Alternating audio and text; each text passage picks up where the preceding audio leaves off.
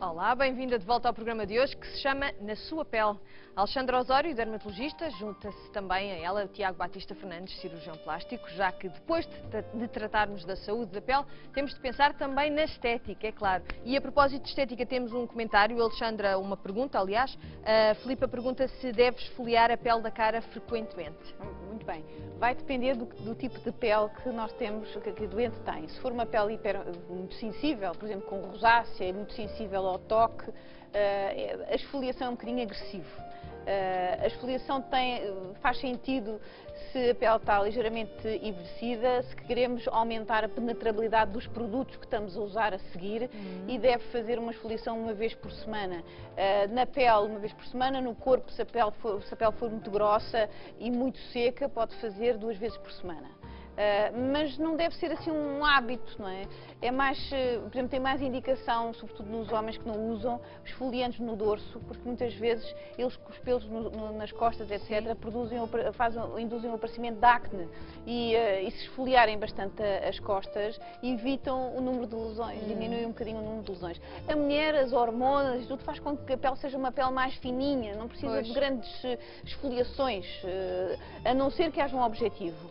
A pele fica mais luminosa e aumenta a penetrabilidade dos produtos que esteja a usar. Imagine, tem uma noite fantástica, já agora em continuação daquilo que falámos, a experiência, é interessante ter uma pele sedosa, que nem sempre temos, não é? E alguns truques. Então aí na véspera ou 2 dias antes fazer uma esfoliação ao corpo todo e introduzir cremes hidratantes ou óleos corporais de modo a amolecer a pele e ficar com um toque agradável. Muito bem.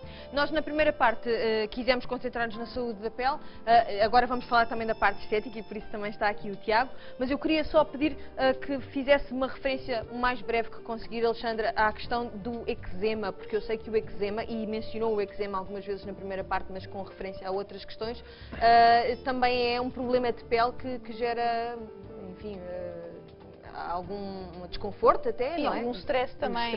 Também. O eczema temos vários tipos de eczema. Muitas vezes no adulto pode ser confundido, por exemplo, com a psoríase, uma placa inicial, muitos clínicos, e as pessoas acham que aquela lesão pode ser ou psoríase ou eczema e baralham um bocadinho as coisas. E muitas vezes é psoríase e não é eczema. O eczema atópico surge muitas vezes nas crianças. O maior número de população que tem eczema atópico são as crianças e tem uma base genética também muito parecida com a psoríase. No fundo, a lesão do eczema atópico é aquela descamação intensa, o prurido e a vermelhidão na base.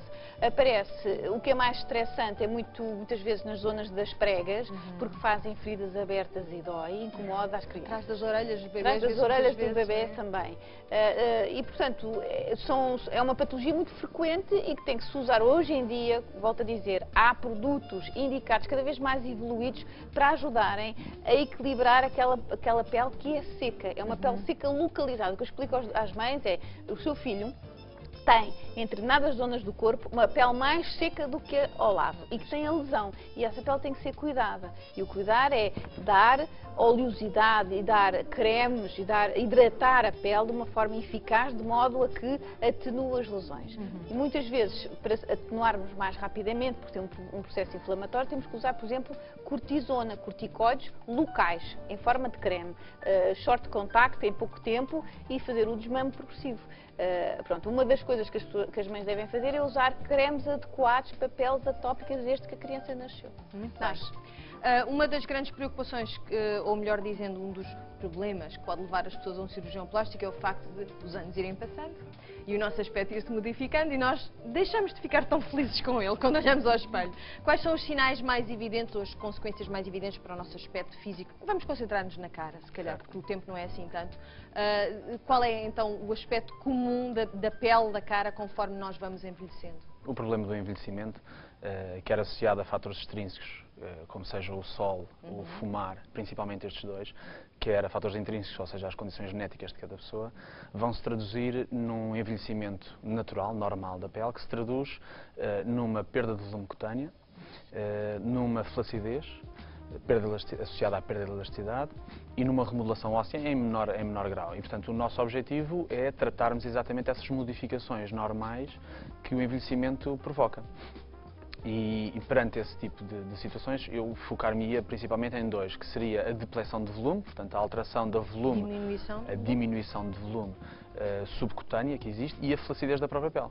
E de acordo com cada caso, nós temos de estabelecer um plano de atuação, entre aspas, em conjunto com a pessoa, obviamente, fazendo com que a pessoa perceba quais são os seus limites, porque nós não podemos modificar muito a pessoa, nós não queremos modificar a pessoa, nós queremos rejuvenescer, nós queremos atrasar um pouco o seu relógio biológico, mas tendo a noção de que ele não vai parar. Portanto, é um contínuo. E não podemos, obviamente... Se morrermos é que ele para mesmo, não é? Nessa altura eu penso que para. Não estará completamente definido, mas penso que para. Mas, de facto, e é preciso ter muita atenção, que é para não distorcermos a face, neste caso a face de uma pessoa, porque então aí começamos não ajudamos a pessoa, mas... Vemos às vezes algumas aberrações, não é? Infelizmente acontecem alguns problemas associados a este tipo de procedimentos faciais, quer cirúrgicos, quer não cirúrgicos. Claro, claro. Então falou que essa questão da diminuição do volume é um dos sinais muito claros do envelhecimento, não é? Nitidamente. Como é que isso se combate no consultório? consultório? No consultório, bom, isso combate-se em primeiro lugar com uma devida explicação à paciente o que é que nós podemos atingir com os tratamentos. E temos dois tipos de tratamentos, os tratamentos não invasivos e os tratamentos invasivos. Os não invasivos, para restabelecer o volume perdido, são os chamados preenchimentos. Preenchimentos, neste momento, temos um produto novo no mercado, que é o ácido hialurónico, novo, não será assim tão novo, mas nos últimos anos, e que permite realmente, no consultório, no método não invasivo, fazer um restabelecimento do volume facial. E é fantástico, realmente são umas armas que dispomos neste momento para tratar este envelhecimento, que funcionam muito bem e sem necessidade de cirúrgica. Obviamente a cirurgia está sempre presente, mas apenas, sem forçar indicações, apenas quando realmente exista uma flacidez cutânea e que as pessoas decidam que em conjunto connosco, com a cirurgia plástica, que de facto é o melhor método a tratar, porque senão corremos o risco de tentar fazer procedimentos não invasivos que não vão resolver o problema da pessoa. E aí podem sim complicar e dar um resultado pouco natural. E há alguns exemplos que eu tenho a certeza que não têm nada a ver com falta de dinheiro ou falta de conhecer um bom cirurgião. Há exemplos muito conhecidos, a Melanie Griffith é um exemplo, o Mickey Rourke é outro exemplo. Há, enfim, pessoas cá dentro, pessoas lá fora. E porquê que às vezes isso corre assim mal? O que é que acontece para ficar com esse aspecto fora do... Bom, acima de tudo, cada pessoa é uma pessoa, os produtos estão amplamente testados, mas cada pessoa vai reagir de uma maneira diferente ao produto. Eu costumo usar uma analogia com uma escada e um patamar, ou seja, nós temos de atingir o patamar do topo, que será o ideal para a pessoa em termos de rejuvenescimento, mas se tentamos percorrer essa escada toda de uma vez, acabamos por tropeçar e cair, portanto, mais vale fazermos gradualmente. E porquê é que eu digo isto? Porque estes produtos são hidrofílicos, ou seja, eles chamam a água, eles captam água. A percentagem de captação de água é um pouco uma incógnita, varia de pessoa para pessoa. E, portanto, se nós tentarmos fazer gradualmente, se a pessoa tiver uma hiperreação que nós não estaríamos à espera ao produto, se nós, como fizemos gradualmente, estamos salvaguardados. Ora, se nós fazemos de imediato a infiltração de todo o produto de uma vez, entre aspas, corremos o risco de ter problemas sérios como o excesso de volume. Pois é. A dermatologia eu sei que também pode ajudar nesta coisa, falou-me antes do programa num tratamento que tinha a ver com volume, não é? Sim, a volumetrização da face. Nós, de facto, estamos estas duas especialidades estão muito unidas hoje em dia. Há várias técnicas que são usadas por ambos. Eles têm a possibilidade de facto de repuxar os tecidos e voltar a ter o contorno da face, quando há muita petose, muita flacidez da face. Mas há uma fase anterior à queda total da face, em que consegue-se, ao restabelecer o volume perdido, não é? Que é uma das causas do envelhecimento, dar um certo volume e podemos perfeitamente injetar em determinadas áreas. Agora há umas cânulas que permitem não ter dor, não fazer hematomas, etc. e vivenciar esta experiência de uma forma mais agradável do que antigamente, para dar aquele aspecto de contorno mais saudável que podemos perfeitamente reproduzir. Por exemplo, 5 anos, vemos fotografias das doentes e avaliamos o que é que podemos fazer àquela cara, não é? Recuperar 5 anos, 10 anos, etc. Mas, de facto, o ácido hialurónico, como também o Botox, são duas armas importantíssimas na remodelação facial hoje em dia. E o Botox tanto pode ser então usado por dermatologistas como por cirurgiões plásticos? Certo. Este pormenor que a Alexandra falou é de extrema importância. Portanto, eu acho que neste momento deve haver o conceito claro que os tratamentos devem ser multidisciplinares. Não podemos esperar que uma pessoa faça tudo. Portanto, a dermatologia e a cirurgia plástica são, de facto, fundamentais o seu casamento, entre aspas. Porque o rejuvenescimento facial são uma panóplia de técnicas, umas feitas pelos cirurgiões plásticos, outras feitas pelos dermatologistas e outras feitas por ambos, como é os preenchimentos e o Botox, nesse caso. Por exemplo, imagina, há uma doente que tem um fotoenvelhecimento marcadíssimo. Não é só a perda do volume e alterações da parte óssea, que eles, por exemplo, com uma flacidez enorme podem reposicionar os tecidos, mas depois, com uma derme muito fina, ao reposicionar os tecidos, há falta de volume. E também há alterações na pele induzidas pelo que é o fotoenvelhecimento, que são poros dilatados, manchas na pele, cancros de pele, rugas acentuadíssimas, que, sobretudo as manchas e os poros dilatados, etc., e telangiectasias que aparecem, que são aqueles vasos na pele, não são corrigidos, por exemplo, com cirurgia, mas sim com outras técnicas, com lasers, etc., que uma podem coisa perfeitamente... complementa a outra, não é? Pode complementar. Exatamente. Há técnicas também que são conjuntas, que é o caso, por exemplo, de peelings, que podem ser usados também ou dermatologistas ou cirurgiões plásticos.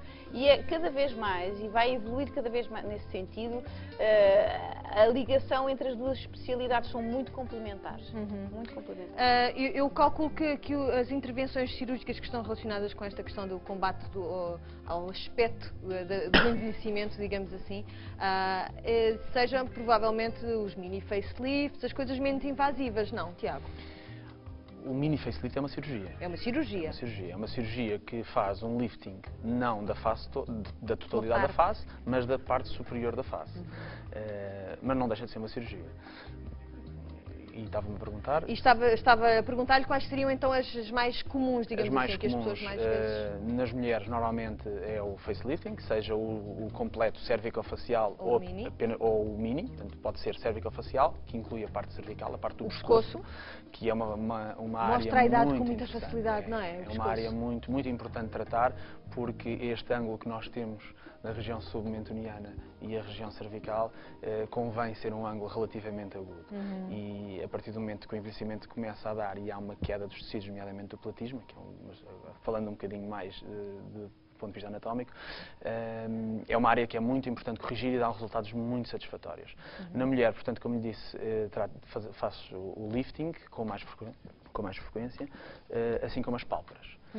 As pálpebras, o rejuvenescimento, a blefaroplastia é o nome. Portanto, o rejuvenescimento periocular é uma cirurgia fantástica do ponto de vista de rejuvenescimento. Não é? E as cicatrizes são fantásticas, porque há determinadas zonas do nosso corpo que fazem mais cicatrizes. Quer tenhamos nós mais cuidado ou menos cuidado na cirurgia, fazem mais cicatrizes. Mas a face não é um desses locais, portanto é um sítio fantástico. Nos homens já a procura é diferente. É mais pela correção do septo nasal, do desvio do septo nasal, no nariz, nos olhos também, portanto nas pálpebras, na blefaroplastia e nas orelhas descoladas. Eu sabia que este tema ia dar pano para mangas e sabia que íamos ficar aqui aflitos com o tempo a uma determinada altura e foi efetivamente o que aconteceu. Mas há de facto técnicas não invasivas que podem melhorar e prevenir o envelhecimento antes de chegar à cirurgia. Mas não há nenhuma que nos dê mais tempo para falar. Isso é que me trama.